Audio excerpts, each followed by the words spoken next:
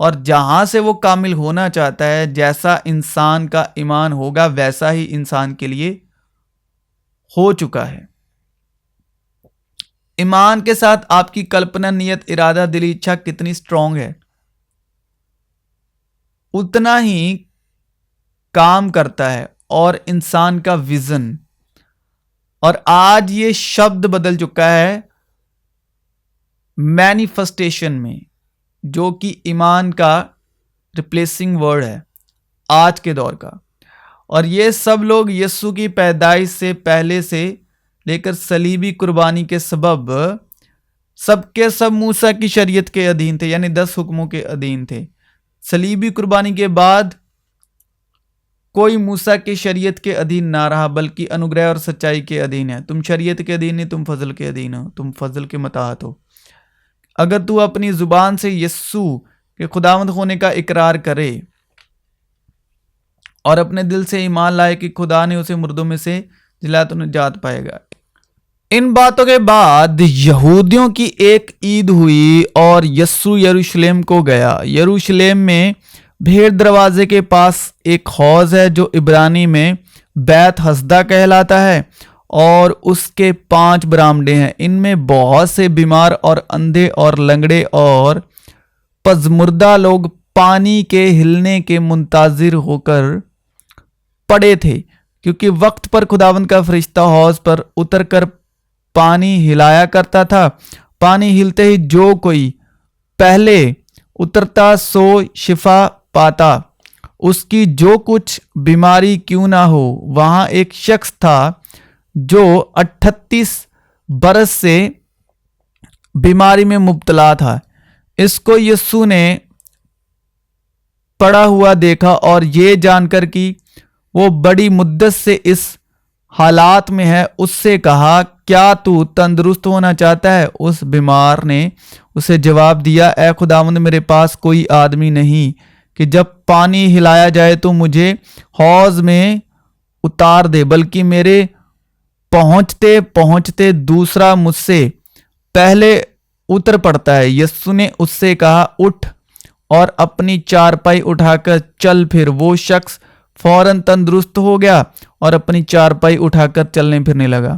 ایک ہی خداوند ہے، ایک ہی ایمان، ایک ہی بپتسمہ، اور سب کا خدا اور باپ ایک ہی ہے، جو سب کے اوپر اور سب کے درمیان اور سب کے اندر ہے، اور ہم میں سے ہر ایک پر مسیح کی بخشش کے اندازے کے موافق فضل ہوا ہے۔ اسی واسطے وہ کہتا ہے کہ جب وہ عالم بالا پر چڑھا تو قیدیوں کو ساتھ لے گیا اور آدمیوں کو انعام دیے۔ اس کے چڑھنے سے اور کیا پایا جاتا ہے سوا اس کے کہ وہ زمین کے نیچے کے علاقے میں اترا بھی تھا، اور یہ اترنے والا وہی ہے جو سارے آسمانوں سے بھی اوپر چڑھ گیا تاکہ سب چیزوں کو معمور کرے۔ اور اسی نے بعض کو رسول، بعض کو نبی، اور بعض کو مبشر، اور بعض کو چرواہا اور استاد بنا کر دے دیا، تاکہ مقدس لوگ کامل بنے اور خدمت گزاری کا کام کیا جائے اور مسیح کا بدن ترقی پائے، جب تک ہم سب کے سب خدا کے بیٹے کے ایمان اور اس کی پہچان میں ایک نہ ہو جائیں اور کامل انسان نہ بنے، یعنی مسیح کے پورے قد کے اندازے تک نہ پہنچ جائیں، تاکہ ہم آگے کو بچے نہ رہیں اور آدمیوں کی بازیگری اور مکاری کے سبب ان کے گمراہ کرنے والے منصوبوں کی طرف ہر ایک تعلیم کے جھونکے سے موزوں کی طرح اچھلتے بہتے نہ پھرے، بلکہ محبت کے ساتھ سچائی پر قائم رہ کر اور اس کے ساتھ جو سر ہے یعنی مسیح کے ساتھ پیوستہ ہو کر ہر طرح سے بڑھتے جائیں۔ توما نے اس سے کہا، اے خداوند، ہم نہیں جانتے کہ تو کہاں جاتا ہے، پھر راہ کس طرح جانے؟ یسوع نے اس سے کہا کہ راہ، حق اور زندگی میں ہوں، کوئی میرے وسیلے کے بغیر باپ کے پاس نہیں آتا۔ اگر تم نے مجھے جانا ہوتا تو میرے باپ کو بھی جانتے، اب اسے جانتے ہو اور دیکھ لیا ہے۔ فلپس نے اس سے کہا، اے خداوند، باپ کو ہمیں دکھا، یہی ہمیں کافی ہے۔ یسوع نے اس سے کہا، اے فلپس، میں اتنی مدت سے تمہارے ساتھ ہوں، کیا تو مجھے نہیں جانتا؟ جس نے مجھے دیکھا اس نے باپ کو دیکھا۔ تو کیوں کر کہتا ہے کہ باپ کو ہمیں دکھا؟ کیا تو یقین نہیں کرتا کہ میں باپ میں ہوں اور باپ مجھ میں ہے؟ یہ باتیں جو میں تم سے کہتا ہوں اپنی طرف سے نہیں کہتا، لیکن باپ مجھ میں رہ کر اپنے کام کرتا ہے۔ میرا یقین کرو کہ میں باپ میں ہوں اور باپ مجھ میں، نہیں تو میرے کاموں ہی کے سبب میرا یقین کرو۔ میں تم سے سچ سچ کہتا ہوں کہ جو مجھ پر ایمان رکھتا ہے یہ کام جو میں کرتا ہوں وہ بھی کرے گا، بلکہ ان سے بھی بڑے کام کرے گا، کیونکہ میں باپ کے پاس جاتا ہوں، اور جو کچھ تم میرے نام سے چاہو گے میں وہی کروں گا، تاکہ باپ بیٹے میں جلال پائے۔ اگر میرے نام سے مجھ سے کچھ چاہو گے تو میں وہی کروں گا۔ اگر تم مجھ سے محبت رکھتے ہو تو میرے حکموں پر عمل کرو گے، اور میں باپ سے درخواست کروں گا تو وہ تمہیں دوسرا مددگار بخشے گا کہ اب تک تمہارے ساتھ رہے، یعنی سچائی کی روح، جسے دنیا حاصل نہیں کر سکتی کیونکہ نہ اسے دیکھتی اور نہ جانتی ہے۔ تم اسے جانتے ہو کیونکہ وہ تمہارے ساتھ رہتی ہے اور تمہارے اندر ہوگی۔ شریعت اور انبیاء یوحنا تک رہے، اس وقت سے خدا کی بادشاہت کی خوشخبری دی جاتی ہے اور ہر ایک زور مار کر اس میں داخل ہوتا ہے۔ اس نے ان سے کہا کہ اے نادانوں اور نبیوں کی ساری باتوں کے ماننے میں سست اتقاد ہو، کیا مسیح کو یہ دکھ اٹھا کر اپنے جلال میں داخل ہونا ضرور نہ تھا؟ پھر موسیٰ سے اور سب نبیوں سے شروع کر کے سارے نوشتوں میں جتنی باتیں اس کے حق میں لکھی ہوئی ہیں وہ ان کو سمجھا دی۔ اے میرے بھائیو، اگر کوئی کہے کہ میں ایماندار ہوں مگر عمل نہ کرتا ہو تو کیا فائدہ؟ کیا ایسا ایمان اسے نجات دے سکتا ہے؟ اگر کوئی بھائی یا بہن ننگی ہو اور ان کو روزانہ روٹی کی کمی ہو، اور تم میں سے کوئی ان سے کہے کہ سلامتی کے ساتھ جاؤ، گرم اور سیر رہو، مگر جو چیزیں تن کے لیے درکار ہیں وہ انہیں نہ دے، تو کیا فائدہ؟ اسی طرح ایمان بھی اگر اس کے ساتھ عمل نہ ہو تو اپنی ذات سے مردہ ہے۔ بلکہ کوئی کہہ سکتا ہے کہ تو ایماندار ہے اور میں عمل کرنے والا ہوں، تو اپنا ایمان بغیر اعمال کے تو مجھے دکھا، اور میں اپنا ایمان اعمال سے تجھے دکھاؤں گا۔ تو اس بات پر ایمان رکھتا ہے کہ خدا ایک ہی ہے، خیر اچھا کرتا ہے۔ شیاطن یعنی شیاطن بھی ایمان رکھتے اور تھر تھراتے ہیں۔ اب جو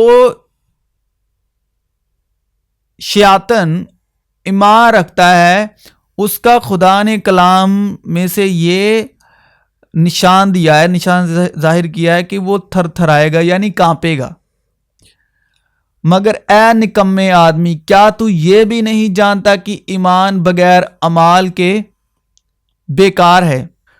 جب ہمارے باپ ابراہیم نے اپنے بیٹے اسحاق کو قربان گاہ پر قربان کیا تو کیا وہ اعمال سے راست باز نہ ٹھہرا؟ پس تو نے دیکھ لیا کہ ایمان نے اس کے اعمال کے ساتھ مل کر اثر کیا، اور اعمال سے ایمان کامل ہوا، اور یہ نوشتہ پورا ہوا کہ ابراہیم خدا پر ایمان لایا اور یہ اس کے لیے راست بازی گنا گیا، اور وہ خدا کا دوست کہلایا۔ پس تم نے دیکھ لیا کہ انسان صرف ایمان ہی سے نہیں بلکہ اعمال سے راست باز ٹھہرتا ہے۔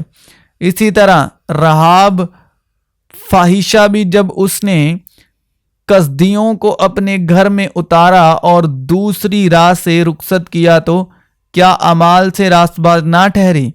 گرج جیسے بدن بغیر روح کے مردہ ہے، ویسے ہی ایمان بھی بغیر اعمال کے مردہ ہے۔ اور اگر مجھے نبوت ملی اور سارے بھیدوں اور کل علم کی واقفیت ہوئی، اور میرا ایمان یہاں تک کامل ہوا کہ پہاڑوں کو ہٹا دوں اور محبت نہ رکھوں، تو میں کچھ بھی نہیں۔